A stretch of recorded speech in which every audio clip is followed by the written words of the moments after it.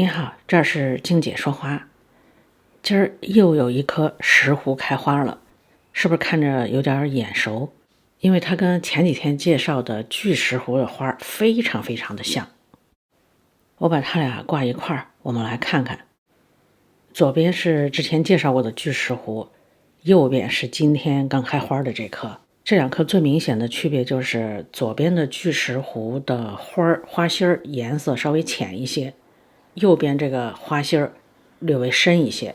左边的巨石斛的茎短一些，右边这个茎要长很多，叶子也更多一些。那右边这个是什么石斛呢？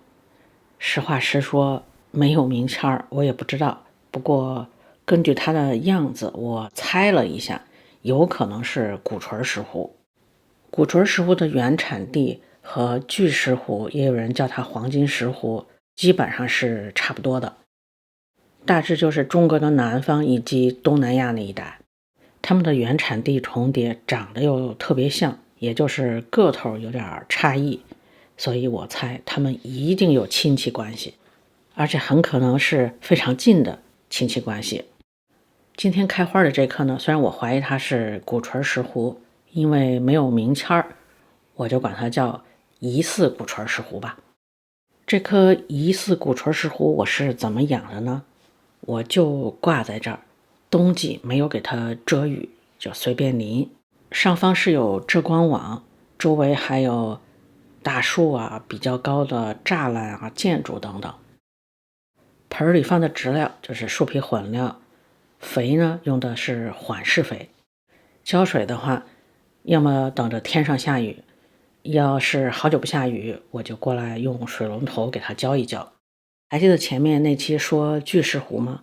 挂在高处比较明亮的位置，因为是挂着养，干的其实挺快，所以冬季其实不用给它遮雨，它反倒能开花。我拿去遮雨的那个差点没给干死，虽然又给救回来了，但是今年反倒没开花。所以我自己的体会是，巨石斛也好像这种疑似鼓槌石斛也好，就长得大概这个样子的，在悉尼养的话，就给它挂到户外比较明亮的位置，四季挂在那儿，春季应该能开花。如果时间精力充足，在生长旺季给它泡泡肥水，肯定也是非常好的。但如果忙不过来，就直接在盆里放点缓释肥，就像我这样养得很省心，它也能开花。好，今天这个视频呢，主要就是为了让这个疑似鼓槌石斛露个脸儿。如果对石斛不是很感兴趣，就喜欢蝴蝶兰，那这个视频之前的2期都是关于蝴蝶兰，下一期应该也是蝴蝶兰。那我们就下一期再见喽。